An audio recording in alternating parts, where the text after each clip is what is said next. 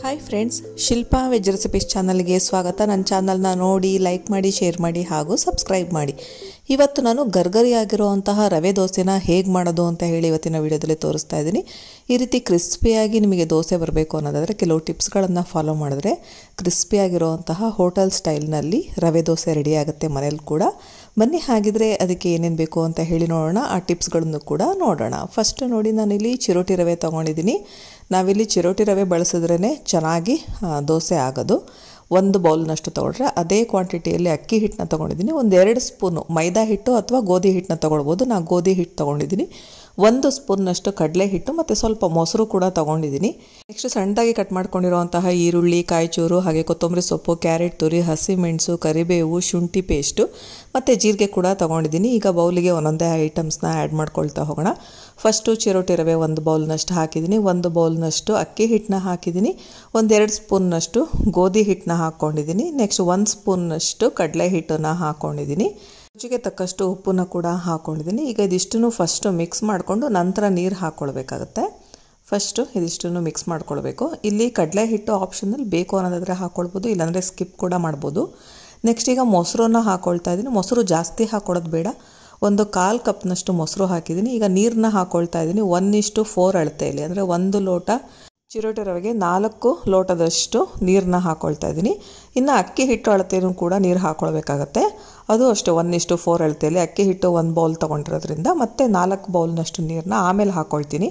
First ಈಗ 4 ಲೋಟದಷ್ಟು ನೀರು ಹಾಕಿ ಈಗ ಇದಿಷ್ಟನ್ನು ಒಂದು ಸಲ ಮಿಕ್ಸ್ ಮಾಡಿ ಮುಚ್ಚಿಡಬೇಕು. ಒಂದು ಅರ್ಧ ಗಂಟೆನಾದರೂ ಮಿನಿಮಮ್ ನೆನಿಬೇಕು. 1 ಅವರ್ ನೆಂದರೆ ತುಂಬ ಚೆನ್ನಾಗಾಗುತ್ತೆ. ಟೈಮ್ ಇತ್ತು ಅನ್ನೋದಾದರೆ 1 ಅವರ್ ನೆನೆಸಿ, ಇಲ್ಲ ಅನ್ನೋದಾದರೆ ಒಂದು ಅರ್ಧ ಗಂಟೆ ನೆನೆಸಿದ್ರೂ ಕೂಡ ಸಾಕು. ಈಗ ಇದಿಷ್ಟನ್ನು ಮಿಕ್ಸ್ ಮಾಡ್ಕೊಂಡಾಗಿದೆ ಗಂಟೆ ಇಲ್ದಂಗೆ. ಈಗ ಇದನ್ನು ಮುಚ್ಚಿಬಿಟ್ಟು ನಾನಿಲ್ಲಿ 1 ಅವರ್ ನೆನೆಯೋಕ್ಕೆ ಬಿಡ್ತಾಯಿದ್ದೀನಿ. ಈಗ 1 ಅವರ್ ನೆಂದಿದೆ, ನೋಡ್ತಾ ಇರ್ಬೋದು. ಚೆನ್ನಾಗಿ ಚಿರೋಟಿ ರವೆ ಎಲ್ಲ ಅರಳ್ಕೊಂಡಿದೆ ನೀರಿನಲ್ಲಿ. ಈ ರೀತಿ ಚೆನ್ನಾಗಿ ಸೆಟ್ ಆಗಬೇಕು, ಆವಾಗ ದೋಸೆ ಚೆನ್ನಾಗಾಗತ್ತೆ. ನೆಕ್ಸ್ಟ್ ಈಗ ಮತ್ತೆ ನಾನು 3 ಬಟ್ಲಷ್ಟು ಫಸ್ಟು ನೀರು ಹಾಕ್ಕೊಂಡು ನೋಡಿಕೊಂಡು ಆಮೇಲೆ ಇನ್ನೊಂದು ಬೌಲ್ನಷ್ಟು ಹಾಕ್ಕೊಳ್ತೀನಿ. ಬೇಕು ಅನ್ಸೋದಾದರೆ ಮಾತ್ರ ಹಾಕ್ಕೊಳ್ಬೇಕಾಗತ್ತೆ.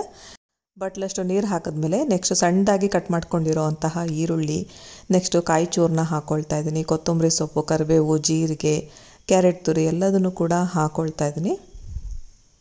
ಈಗ ಇದಿಷ್ಟು ಹಾಕಿದ್ಮೇಲೆ ನಾವು ಮಿಕ್ಸ್ ಮಾಡ್ಕೊಳ್ಬೇಕು. ನೀರು ಬೇಕು ಅನ್ನೋದಾದರೆ ಇನ್ನೊಂದು ಲೋಟದಷ್ಟು ಹಾಕ್ಕೊಳ್ಬೋದು, ಇಲ್ಲಾಂದರೆ ಸ್ಕಿಪ್ ಕೂಡ ಮಾಡಬಹುದು. ಈಗ ಚೆನ್ನಾಗಿ ಮಿಕ್ಸ್ ಮಾಡ್ಕೊಳ್ಬೇಕು. ಇದೇ ಅಳತೆಯಲ್ಲಿ ಮಾಡಿದ್ರು ಕೆಲವು ಸಲ ದೋಸೆ ಗರಿಗರಿಯಾಗಿ ಬಂದಿಲ್ಲ ಅನ್ನೋದಾದರೆ ಬೇಕಿದ್ರೆ ಸ್ವಲ್ಪ ಸೋಡಾ ಕೂಡ ದೋಸೆ ಮಾಡುವಾಗ ಹಾಕ್ಕೊಳ್ಬೋದು, ಬಟ್ ನಾನು ಹಾಕ್ತಾ ಇಲ್ಲ. ನೆಕ್ಸ್ಟ್ ಇನ್ನೊಂದು ಬಟ್ಲಷ್ಟು ನೀರು ಹಿಡಿಸುತ್ತೆ, ಹಾಗಾಗಿ ಹಾಕ್ಕೊಳ್ತಾ ಇದ್ದೀನಿ. ನೀರಾಗಿರಬೇಕು ದೋಸೆ ಹಿಟ್ಟು, ಆವಾಗ ಚೆನ್ನಾಗಿ ರವೆ ದೋಸೆ ಬರುತ್ತೆ. ದೋಸೆ ಹಾಕುವಾಗ ಕೆಲವು ಟಿಪ್ಸ್ಗಳನ್ನು ಫಾಲೋ ಮಾಡಿದ್ರೆ ಗರ್ಗರಿಯಾದಂತಹ ಹೋಟೆಲ್ ಸ್ಟೈಲ್ನಲ್ಲಿ ದೋಸೆ ಮಾಡಬಹುದು. ಈಗ ನೋಡಿ, ದೋಸೆ ಹಿಟ್ಟಿಗೆ ನಾನೀಗ ಎಣ್ಣೆನ ಹಾಕ್ಕೊಳ್ತಾ ಇದ್ದೀನಿ. 1-2 ಸ್ಪೂನ್ನಷ್ಟು ಎಣ್ಣೆ ಹಾಕಿ ಮಿಕ್ಸ್ ಮಾಡ್ಕೊಳ್ಬೇಕು. ಚೆನ್ನಾಗಿ ಮಿಕ್ಸ್ ಮಾಡ್ಕೊಳ್ಬೇಕು ಎಣ್ಣೆ ಹಾಕಿದ್ಮೇಲೂ ಕೂಡ. ಇನ್ನು ಇಲ್ಲಿ ಹಂಚಿಗೂ ಕೂಡ ಅಷ್ಟೇ ಸ್ವಲ್ಪ ಎಣ್ಣೆ ಹಾಕಿ ಈರುಳ್ಳಿನ ಅರ್ಧ ಕಟ್ ಮಾಡಿ ಫೋರ್ಕಿಗೆ ಹಾಕಿ ಸಿಗಿಸ್ಕೊಂಡು ಈರುಳ್ಳಿಯಿಂದ ಈ ರೀತಿ ಸವರ್ಕೊಳ್ತಾ ಇದ್ದೀನಿ ಎಣ್ಣೆನ.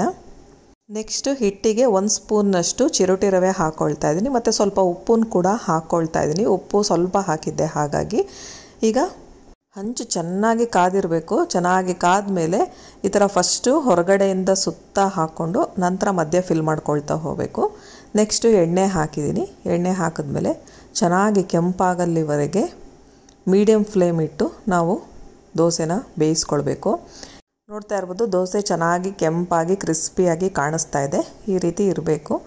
ಈಗ ದೋಸೆನ ತೆಗಿತಾ ಇದ್ದೀನಿ.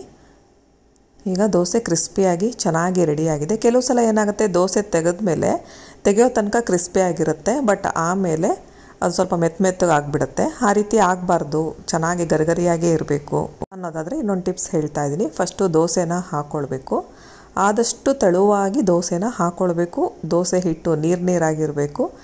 ನೆಕ್ಸ್ಟ್ ಈಗ ದೋಸೆ ಎಲ್ಲ ಹಾಕಾದ್ಮೇಲೆ ಎಣ್ಣೆ ಹಾಕಿ ಮೀಡಿಯಮ್ ಫ್ಲೇಮ್ನಲ್ಲೇ ನಾನು ದೋಸೆನ ಈ ಥರ ಕೆಂಪಾಗಲಿವರೆಗೆ ಬೇಯಿಸ್ಕೊಂಡಿದ್ದೀನಿ. ಈಗ ನೆಕ್ಸ್ಟ್ ಏನು ಮಾಡ್ತೀನಿ ಅಂದರೆ, ಕೆಂಪಾದಮೇಲೂ ಕೂಡ ಲೋ ಫ್ಲೇಮಲ್ಲಿಟ್ಟು ಸ್ವಲ್ಪ ಹೊತ್ತು ಒಂದು ನಿಮಿಷ ಅಷ್ಟೇ ನಾವು ಇದನ್ನು ಬೇಯಿಸ್ಕೊಳ್ಬೇಕು. ಈ ರೀತಿ ನೋಡಿ ಈಗ 1 ನಿಮಿಷ ಆಗಿದೆ. ದೋಸೆನ ತೆಗಿತಾ ಇದ್ದೀನಿ. ಎಷ್ಟು ಗರಿಗರಿಯಾಗಿ ಬರ್ತಾ ಇದೆ ಅಂತ. ಮಡ್ಚೋಕ್ಕೂ ಕೂಡ ಅಷ್ಟೇ ಎಲ್ಲಿ ಮುರಿದೋಗುತ್ತೋ ಅನ್ನೋ ಅಷ್ಟು ಗರಿಗರಿಯಾಗಿ ದೋಸೆ ಆಗಿದೆ. ಈ ರೀತಿ ಈ ಟಿಪ್ಸ್ನ ಫಾಲೋ ಮಾಡಿದ್ರೂ ಕೂಡ ಅಷ್ಟೇ ದೋಸೆ ಚೆನ್ನಾಗಿ ಗರಿಗರಿಯಾಗಿ ರೆಡಿ ಆಗುತ್ತೆ. ನಾನು ಕಾಯಿ ಚಟ್ನಿ ಜೊತೆ ಇದನ್ನು ಸರ್ವ್ ಮಾಡಿದ್ದೀನಿ. ನೀವು ಕೂಡ ಒಮ್ಮೆ ಈ ರೆಸಿಪಿನ ಟ್ರೈ ಮಾಡಿ. ಈ ವಿಡಿಯೋ ಇಷ್ಟ ಆದರೆ ಲೈಕ್ ಮಾಡಿ, ಶೇರ್ ಮಾಡಿ ಹಾಗೂ ಸಬ್ಸ್ಕ್ರೈಬ್ ಮಾಡಿ. Thank you friends.